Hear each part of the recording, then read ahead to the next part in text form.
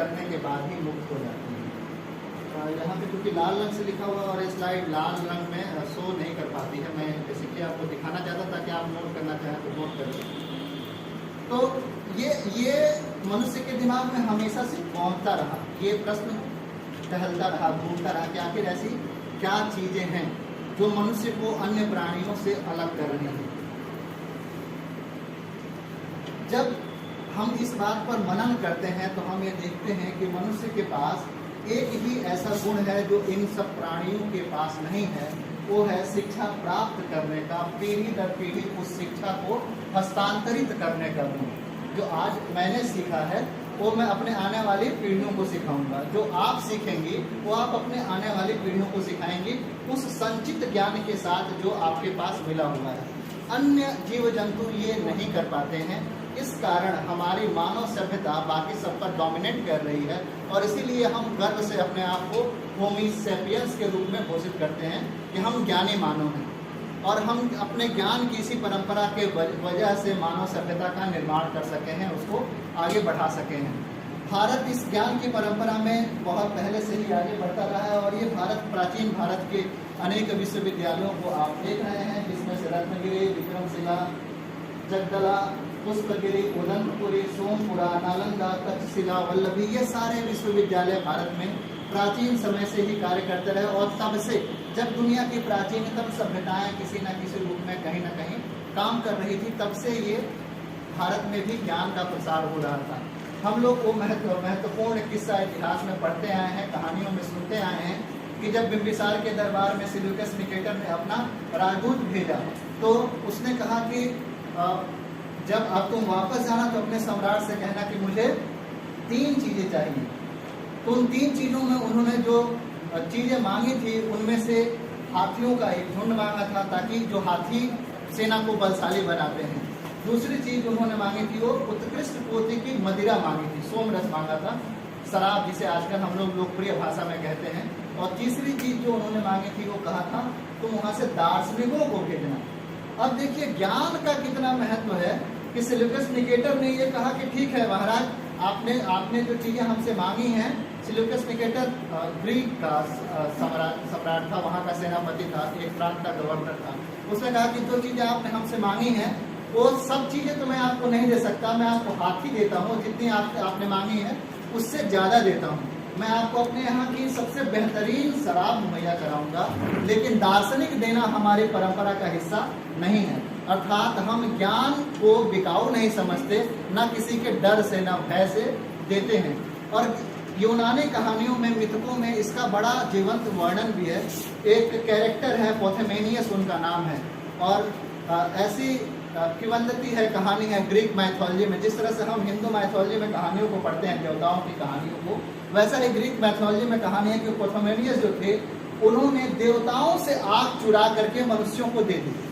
अब देवता इससे बड़े नाराज हुए, और जब देवता इससे नाराज हुए कि इसने आग दे दी, क्योंकि मनुष्य तो आग की बदौलत ही अपनी सभ्यता का विकास कर सका है, तो देवता बड़े नाराज हुए पोथेमेनियस से। और जो देवताओं के सम्राट थे, हिंदुओं में कौन है देवताओं का राजा? इंद्र। नहीं, जवाब नहीं दे रहे आप लोग, सुन नहीं रहे हैं कि जानते नहीं? जानते। इंद्र है। तो इंद्र हमारे यहाँ उसके राजा हैं, और ग्रीक मैथोलॉजी में ये जो पद है वो ज्यूस नाम के देवता को मिला हुआ है। तो ज्यूस ने पोथेमेनियस को श्राप दिया कि तुम इसलिए अब हमारे साथ नहीं रहोगे, हमारे देव समूह में तुम नहीं रहोगे, तुम जाके धरती पर रहोगे, पहला श्राप दिया।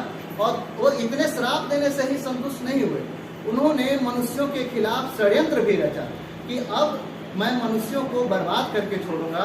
और उसका फिर एक और मैथोलॉजिकल कहानी जुड़ी हुई है। तो उन्होंने एक बहुत सुंदर सी स्त्री का निर्माण कराया अपने वहाँ की देवियों से, और जिसको पेंडोरा नाम था। ये भी मिथक है कि स्त्रियां किस तरीके से मनुष्य को बर्बाद करती हैं। वास्तव में जब हम पेंडोरा की कहानी देखते हैं, पेंडोरा की बात देखते हैं, तो एक मिथक के रूप में गढ़ी गई है।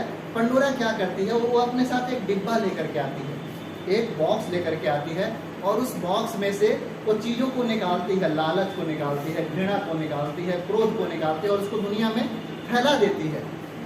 ये किंवदंती बेसिकली हमारी मनोसंरचना से जुड़ी हुई है कि स्त्री ही वो शक्ति है जो प्रेरित करती है कि तुम ज्यादा प्राप्त करो। यदि मनुष्य में लालच नहीं होगा तो वो प्राप्त करने की ओर अग्रसर क्यों होगा? और इसे यूनानी कहानियों के मिथकों के द्वारा इस तरीके से व्यक्त किया गया कि मनुष्य तब तक कुछ नहीं था जब तक उसके पास स्त्री नहीं थी। जब स्त्री उसके पास आई तो वो अपने साथ विवेक लेकर के आई।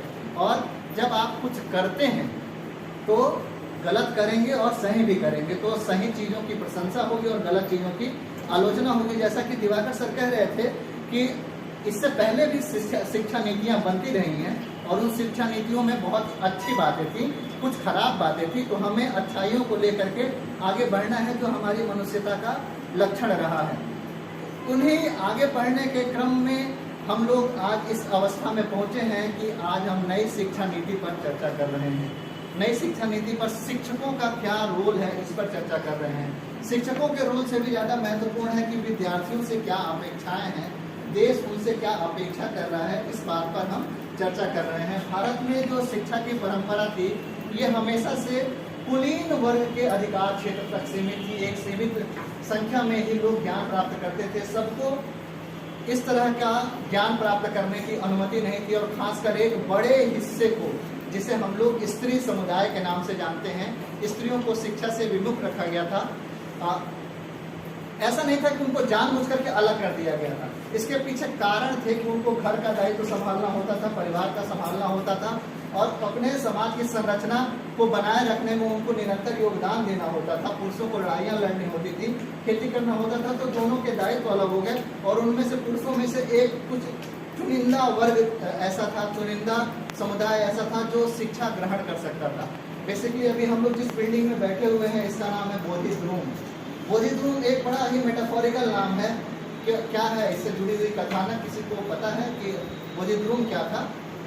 सामान्यतः ऐसी मान्यता है कि गौतम बुद्ध ने जिस वृक्ष के नीचे ज्ञान प्राप्त किया था वो बोधि वृक्ष है। तो ये उसी का प्रतीक है कि हम लोग जहाँ बैठे हुए हैं ये ज्ञान का प्रतीक है। आप जहाँ से चल करके आए हैं, अर्थात एकेडमिक बिल्डिंग से, उसका क्या नाम है? गार्गी भवन। गार्गी भवन ये अपने आप में एक बड़ा ही रोचक ये उत्पन्न हुआ है, स्थिति उत्पन्न हुई कि आप गार्गी से, स्त्रियों की परंपरा से निकल के आ रहे हैं ज्ञान की परंपरा में, बोधिद्रोम में, और या ज्ञान की परंपरा से निकल करके आप जाएंगे स्त्री समाज को जागरूक करने के लिए। नई शिक्षा नीति का उद्देश्य ही यही है कि हम सबको सशक्त बनाएं। सशक्त बनाएगा कौन? तो जो उस शिक्षा को इम्पार्ट करेगा, जो उसको इम्प्लीमेंट करेगा, जो उसको लागू करेगा, वही तो ये कर पाएगा। उसी के लिए ये संभव है कि वो इसको कर पाए। अब शिक्षा को लेकर के कई सारी चुनौतियां हैं। शिक्षक के ऊपर अलग अलग तरह के दबाव होते हैं, अलग तरह से उसको काम करना होता है। मुल्ला नसरुद्दीन का नाम आप लोगों ने सुना होगा। वो एक फनी कैरेक्टर है फारसी कहानियों का, कि मुल्ला नसरुद्दीन अपने दरबार में बैठे होते हैं, अपने महाराज के महल में बैठे होते हैं, और जो उनके सम्राट होते हैं, नाई उनका बाल काट रहा होता है। अब नाई जब बाल काट रहा होता है तो उसकी नज़र महाराज के बालों पे पड़ती है और वो कहता है नसरुद्दीन की, महाराज आपके तो बहुत सारे बाल सफ़ेद हो गए हैं। अब महाराज नाराज हो जाते हैं, बादशाह तो बादशाह है, न तक इसको जेल में बंद करो, 6 महीने तक इसको कोड़े मारो, इसका दिमाग खराब हो गया, कह रहा है कि मेरे बाल सफ़ेद हो गए हैं। तो अब उसको सैनिक पकड़ के ले जाके जेल में बंद कर देते हैं। उसके बाद महाराज घूम जाते हैं अपने चीफ मिनिस्टर की तरफ, क्या भाई मेरे बाल सफ़ेद हो रहे हैं क्या? तो अब चीफ मिनिस्टर है तो ज्ञानी आदमी, लेकिन उसको स्टेट को बचाना है, गलत सलाह देगा तो स्टेट बचेगा कैसे? तो कहता है कि हमारा कुछ बाल तो सफ़ेद हो ही गए हैं, उतना तो नहीं है लेकिन कुछ हो गया है, तो पकड़ो इसको ही पकड़ो, 3 महीने जेल में रखो, इसका भी दिमाग खराब है। उसके बाद वो सेनापति की तरफ मुड़ता है, कहता है अरे भाई ये बताओ क्या हाल है मेरे बालों का? सेनापति 2 का हंस देख चुका है तो क्या करेगा वो? गलत सलाह देगा। तो सेनापति कहता है कि नहीं नहीं महाराज आपके बाल एकदम पूरे काले हैं, एकदम आमलोस की तरह काले हैं। कहता है अरे ये तो कोई इतना बड़ा झूठ है, ऐसे आदमी को हम सेनापति बनाए हुए हैं, झूठ बोलता है। पकड़ो इसको 10 कोड़े भी लगाओ और फिर रोज इसको कोड़े मारना, 6 महीने, इसको 1 साल जेल में पकड़ो। अब वो नसरुद्दीन की तरफ घूमता है, मुल्ला नसरुद्दीन की तरफ, और कहता है कि अरे नसरुद्दीन मियाँ क्या हाल है मेरे बालों का? और नसरुद्दीन सबको देख रहा है, क्या करूं मैं? अब नसरुद्दीन तो वही चला था जैसे हम लोग यहाँ बीरबल का कैरेक्टर है, तो वैसा ही वाला कैरेक्टर है नसरुद्दीन। नसरुद्दीन कहता है कि महाराज एक तो मुझे ना कलर ब्लाइंडनेस है, रंग मुझे पहचान में नहीं आता, तो मैं देख ही नहीं पा रहा हूँ कि कौन सा बाल सफेद है और कौन सा काला है। मैं जिस तरह के अपने शरीर पे बाल हैं, लेकिन वो कौन सा रंग पता नहीं रहता है, और मुझे नहीं लगता है कि किसी भी रंग के बाल हो मेरी सेहत के लिए ठीक है। तो यही समस्या है वास्तव में शिक्षकों के समक्ष भी। आज का जो गुरु है वो सत्य कहने से डरता है। जो गवर्नेंस है वो इतना रिजिड और कुंठित है कि आप अगर सत्य का उद्घाटन उसके समक्ष करते हैं, सत्य उसके सामने कहते हैं, तो आप वो भाजन बनेंगे, आपकी नौकरी जाएगी, आप जेल जाएंगे, आपका परिवार सड़कों पे आ जाएगा। आप क्या करेंगे? तो ऐसी स्थिति में क्या शिक्षक क्या रास्ता अपनाए? उसके पास एकमात्र तरीका है कि वो मुल्ला नसरुद्दीन बन जाए, वो महाराज के कोप से बचा रहे और अपना काम करता रहे। ये एक चुनौती है। अब उसमें एक दिक्कत है, और जिसको गालिब कहते हैं, ये उम्र भर गालिब यही भूल करता रहा, भूल चेहरे पर थी आईना साफ करता रहा। कि गलती हमारे में है और हम आईना पोंछ रहे हैं कि अरे यार ये तो साफ नहीं दिखाई दे रहा है। तो टीचर्स के साथ भी यही दिक्कत है कि बहुत सारे जो टीचर्स हैं, जो शिक्षक हैं, वो अपने आप को अपडेट नहीं कर रहे हैं, नए तरीके से सीख नहीं रहे हैं, और वो फिर बच्चों से जो आज नई दुनिया के साथ, नई जनरेशन के साथ, नए टेक्नोलॉजी से लैस होकर के आ रहे हैं। आप खुद महसूस करते होंगे कि आपका जो छोटा भाई है, छोटी बहन है, भतीजा है, वो ज़्यादा बेहतर मोबाइल चलाना जानता है, और गेम में तो पक्का आपको हरा देता होगा। आप उसका मुकाबला ही नहीं कर पा रहे होंगे। जितने टीचर्स बैठे हैं उनके बच्चों से तो इनका कोई मुकाबला ही नहीं है। वो नई जनरेशन है, उसको आ रहा है, नई चीज़ें आ रही हैं, और उनका जो टीचर है वो बोधर है, उसको पता ही नहीं कि क्या करना है इसका। तो जब वो टीचर से बच्चा ज़्यादा जानेगा तो वो कैसे उसका सम्मान करेगा? तो टीचर्स के साथ यही दिक्कत है कि वो सीखने की कोशिश नहीं करे। तो एनईपी इस पर बहुत जोर देता है कि टीचर्स को डिजिटली एडवांस होना है, और प्रैक्टिकली बहुत एम्पावर होना है, और नॉलेजेबली बहुत साउंड होना है। ज्ञान उसके पास बहुत रहना चाहिए। मुल्ला नसरुद्दीन का ही एक और केस है कि वो एक बार वो कहवा खाने में बैठे रहता है, सारा वहाँ पे चाय पी रहा होता है, तो वहाँ एक डॉक्टर साहब आते हैं, तो उनसे कहता है, अरे हकीम साहब मेरी बीवी को बड़ी दिक्कत हो गई है, उसको सुनाई कम देता है। तो हकीम साहब डिटेल में पूछते हैं कि अच्छा कितनी उम्र है और क्या करती हैं? कहते हैं कि उम्र तो मेरे जैसी है, मुझसे मान लीजिए 5 साल छोटी होंगी, और करती होते क्या है, घर में ही रहती हैं। कहते हैं कि अब मैं ऐसे तो दवाई देना मुश्किल है कि आपकी बीवी को कान कितना खराब है, तो आप ऐसा कीजिए ना कि एक टेस्ट कर लीजिएगा। आप जब जाइएगा तो बाहर वाला जो आपका हाथा है वहीं से चिल्ला के कहिएगा कि उसको आवाज़ दीजिएगा, और अगर वो सुन लेती है तो ठीक है, नहीं सुनती है तो फिर अंदर वाले से, फिर उसके अंदर वाले से। तो नसरुद्दीन ऐसा ही करते हैं, जब वापस लौटते हैं तो अपने हाथा के बाहरी दरवाजे से वो आवाज़ देते हैं कि अरे खदीजा। उधर से कोई उसको आवाज़ नहीं सुनाई पड़ती है। फिर अपने मेन गेट तक पहुंचते हैं, वहां से कहते हैं अरे खदीजा क्या बन रहा है खाने में? खदीजा की तरफ से भाई जवाब नहीं आ रहा होता है। फिर ये किचन के दरवाजे तक पहुंच जाते हैं, और वहां जाकर के जोर से चिल्ला के कहते हैं अरे खदीजा क्या बना रही हो खाने में भाई, कब से मैं पूछ रहा हूँ।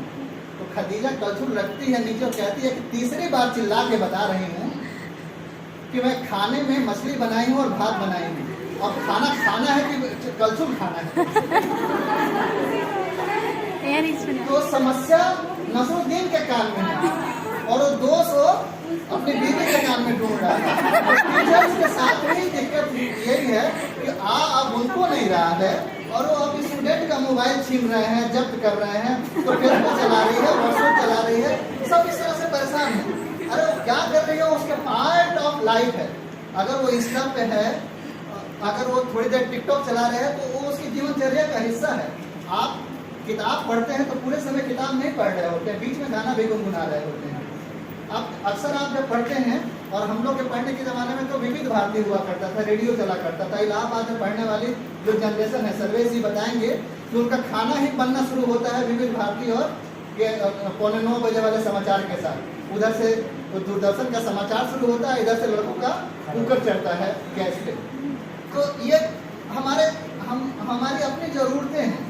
मनुष्य नैसर्गिक रूप से तभी पढ़ सकता है जब वो नए तरीके के को, नए चीज़ों को सीखने को तैयार है। तो शिक्षकों को नई शिक्षा नीति में ये दायित्व दिया गया है कि वो एम्पावर हो, नई चीज़ों को सीखें, और नई चीज़ों को सीखने के क्रम में उनसे ये अपेक्षा की गई है कि जो उच्चतर शिक्षा है वो समाज कल्याण में चूंकि अति आवश्यक भूमिका निभाती है, और जैसे जैसे भारत में इनरोलमेंट रेशियो बढ़ेगा, अभी इनरोलमेंट रेशियो भारत में उच्च शिक्षा में लगभग 23% लोग आते हैं, और भारत सरकार का प्लान है कि 2030 तक इसको 50% तक पहुंचा लेना। तो जैसे जैसे इसमें नए और ज़्यादा लोग जुड़ेंगे, वैसे वैसे हमारी ज्ञान की अर्थव्यवस्था का विकास होगा। अब यहाँ पे शब्द बड़ा महत्वपूर्ण है। अब वो सिर्फ ज्ञान को कल्याणकारी उपागम नहीं मान रहे हैं। हमारे यहाँ क्या परंपरा है कि जो गुरु है वो महान होगा, ज्ञान बेचने की चीज नहीं होती है। हम लोग लगातार संस्कृत की किताबों में पढ़ते हैं ना कि चोर आपका सोना चुरा सकता है, राजा आपका छीन सकता है, लेकिन ज्ञान को ना तो कोई चुरा सकता है ना छीन सकता है। लेकिन अब हमारे न्यू इंडिया में हम कह रहे हैं कि ज्ञान आधारित अर्थव्यवस्था का निर्माण करेंगे। अर्थात जब आप पढ़ करके निकलेंगे तब आपके पास इतना ज्ञान होगा कि आप अर्थव्यवस्था में प्रत्यक्ष रूप से अपना योगदान कर सकें। और यही शिक्षकों को दायित्व दिया गया है कि वो विद्यार्थियों को ऐसा बनाए कि जब वो यहाँ से पढ़ करके निकले तो सिर्फ सरकारी नौकरी के भरोसे न रहें, उनके पास अपना खुद का कौशल के विकसित करने की गुंजाइश हो। और इसी को लेकर के वर्ल्ड इकोनॉमिक फोरम ने 2016 में एक रिपोर्ट प्रस्तुत की। उस रिपोर्ट को उन्होंने एजुकेशन 4.0 या 4.0 नाम दिया। अब हम लोग औद्योगिक क्रांति के बारे में पढ़ते हैं, सुनते हैं, और ये जानते रहे हैं कि औद्योगिक क्रांति 16वीं 17वीं सदी में शुरू हुई, और शुरुआत में क्या हुआ कि भाप के इंजन बनाए गए। जो फिर दूसरी औद्योगिक क्रांति कब हुई? जब बिजली का सामान का प्रयोग शुरू हो गया। तीसरी औद्योगिक क्रांति कब शुरू हुई? जब इलेक्ट्रॉनिक्स के सामान की शुरुआत हुई, इंटरनेट की शुरुआत हुई। और चौथी औद्योगिक क्रांति हम कहते हैं जब साइबर स्पेस की शुरुआत हो गई, जब हमने सब चीज़ों को इंटरनेट से जोड़ने का प्लान बना लिया, जिसकी बात हम लोग 5G के रूप में अब करने लगे हैं। अब अखबारों में ये हेडलाइन अब देखने लगे होंगे कि अब 5G लॉन्च होने वाला है। तो वैसे ही एजुकेशन 4 का मॉडल आया कि पहले जो एजुकेशन 1 था, जो प्रारंभिक तरीके से शिक्षा लेने और देने का चलन था, वो क्या था कि एक आदमी बोल रहा है और दूसरा आदमी सुन रहा है। उसके बाद क्या हुआ कि एजुकेशन में कुछ चीज़ें और जोड़ दी गई, शिक्षकों को कुछ और सहायक सामग्री दे दी गई कि आप भाई ब्लैक बोर्ड लीजिए, OSP लीजिए, कुछ चित्र बनाइए, मैप दिखाइए, कुछ चीज़ों से इनको पढ़ाइए। फिर एजुकेशन 3.0 जिसको कहते हैं, उसमें स्टूडेंट और टीचर दोनों के पास इंटरनेट की एक्सेसिबिलिटी गई। अब दोनों डिजिटली एम्पावर थे, दोनों चीज़ों को चेक कर सकते थे, देख सकते थे। आज मैं जो कहता हूँ तो उसको आप क्रॉस चेक कर सकते हैं। अभी मैं अगर कह दूं कि जो भाई पृथ्वी का जो गहराई है, आप अगर 12,500 किलोमीटर भीतर चले जाएंगे तो पृथ्वी के केंद्र में पहुंच जाएंगे। तो आप मुझे क्रॉस चेक कर सकते हैं। जो महागुरु हैं कौन? गूगल बाबा। वो तुरंत क्रॉस चेक करके बताएंगे कि नहीं ये झूठ बोल रहे हैं कि ये सही बोल रहे हैं, हम चेक कर सकते हैं। तो ये जो ताकत मिली उसको कहते हैं एजुकेशन 3। अब जो एजुकेशन 4 है वो है बेसिकली जिसमें हम आर्टिफिशियल इंटेलिजेंस की बात करेंगे, कृत्रिम बुद्धिमत्ता जिसे कहते हैं। रोबोटिक्स का जमाना आएगा, और हम लोग चाहें या ना चाहें उसको हम लोगों ने अपने जीवन में उतारना शुरू कर दिया है। कैसे? अभी देखिए, आपको कोई भी चीज़ ढूंढनी होती है, कोई भी प्रोजेक्ट करना होता है, तो आप क्या करते हैं? तुरंत गूगल के पास जाते हैं। वैसे ही आपको अब डॉक्टर खोजना है, तो अभी दिवाकर सर उदाहरण दे रहे थे आपको कि अगर आपके पास जानकारी नहीं है कि हड्डी टूटी है तो हम किसके पास जाएं, तो आप बच्चे वाले डॉक्टर के पास चले जाएंगे, तो आपका हड्डी तो जोड़ेगा नहीं, और जोड़ेगा तो टेढ़ा मेढ़ा जोड़ देगा। फिर बेमुची नहीं हाथ लेके आप घूमते रहेंगे, मैं टेढ़ा मेढ़ा, तो अष्टावक्र बन जाएंगे। तो ये खतरा कैसे दूर होगा? तो जब हम एम्पावर होंगे, जब हमारे पास जो नई तकनीक होगी और हम उससे तुरंत पूछेंगे कि सबसे अच्छा ऑर्थोपेडिशियन यहाँ पे कौन है, हड्डी का डॉक्टर कौन है, तो तुरंत बताएगा कि यहाँ पे है। और वो ये भी बताएगा कि चलो आपको रास्ता भी दिखाते हैं। गूगल दिखाता है ना रास्ता, आप उसको कहिए और फिर वो आपका उंगली पकड़ के ले जाने लगता है कि चलो चलो मेरे साथ साथ चलो। आप गूगल के साथ साथ चलते चलते वहाँ पहुँच जाते हैं। रोबोटिक्स का जो जमाना है कि अब रोबोट्स के रूप में इंसान के विकल्प को प्रस्तुत किया जाएगा। तो क्या शिक्षकों का महत्व खत्म हो जाएगा? वास्तव में ये असिस्टेंट के रूप में आएगी ये टेक्नोलॉजी, और शिक्षकों के सामने यही चुनौती है कि अपनी वो महत्व को, अपनी इम्पोर्टेंस को वो बनाए रख सकें, वो इस बात को बचाए रख सकें कि उनका क्या योगदान है। क्योंकि नई शिक्षा नीति में अब जो बच्चे आएंगे उनको रिसर्च के पे बहुत ज़्यादा फोकस दिया गया है कि वो अब बीए के साथ साथ ही वो रिसर्च भी कर लेंगे। जो नए टीचर्स हैं उनसे अपेक्षा की गई है कि स्वयं या दीक्षा के प्लेटफॉर्म से वो अपने आप को लगातार ओरिएंट करते रहेंगे। और एनईपी में तो यहाँ तक कहा गया है कि हर साल 50 घंटे का प्रशिक्षण शिक्षकों को मिलना ही चाहिए। अब इसको लेकर के व्यवहारिक दिक्कतें हैं। कई बार जो प्रशासक होते हैं वो इन पहलुओं को समझते नहीं हैं, वो इस बात को जान नहीं पाते हैं। इन अभिलोकों से वो दूर रहने वाले लोग इस तरह की चीज़ों को, नए नवाचारों को वो दूर करते हैं और इसलिए नए शिक्षकों की अक्सर उनसे भिड़ंत हो जाया करती है। तो ये नए शिक्षकों के साथ ये चुनौती है कि वो अपने समाज का निर्माण, अपने इम्पोर्टेंस को कैसे बनाए रखेंगे कि तकनीकी रूप से भी वो बचे रह सकें और शिक्षा के नवाचार को भी अपने में समाहित कर सकें। तो इसको लेकर के जो अब संकल्पना दी गई है नई शिक्षा नीति में, वो कहा गया है कि अब जो नॉलेज होगा वो मल्टी डिसिप्लिनरी होगा, बहु विषयक होगा। बहु विषयक का अर्थ होता है कि आप हिंदी पढ़ रहे हैं, आप दर्शन पढ़ रहे हैं, आप इतिहास पढ़ रहे हैं, आप प्राणी विज्ञान पढ़ रहे हैं, आप वनस्पति विज्ञान पढ़ रहे हैं, मैं भूगोल पढ़ रहा हूँ, और आप लोग अपने अपने विषय में रह करके ऐसा कुछ काम करेंगे जो सबके लिए उपयोगी हो। तो इस तरह के जो काम होंगे उनको हम कहते हैं मल्टी डिसिप्लिनरी। इसी से मिलता जुलता एक और शब्द है जिसको कहा जाता है इंटरडिसिप्लिनरी। इंटरडिसिप्लिनरी में क्या हुआ कि जो काम हम पहले अलग अलग विधाओं के साथ कर रहे थे, यानी कि आपकी जो सहेली बॉटनी पढ़ रही थी, केमिस्ट्री पढ़ रही थी, अपने यहाँ रिसर्च कर रही थी, अब आप उसके साथ मिल करके काम करेंगे। कैसे? तो एक उदाहरण समझ लीजिए कि जैसे हम संगीत के रागों के विषय में बात कर रहे हैं, तो अब रागों में किस फ्रीक्वेंसी का यूज हो रहा है, ये तो फिजिक्स है। रागों का विकास कैसे हुआ है, कौन कौन से काल में कौन से रागों का विकास हुआ है, ये तो इतिहास है। कौन से क्षेत्र में, कौन से देश में किस प्रकार के रागों को प्रधानता दी जाती है, ये तो भूगोल है।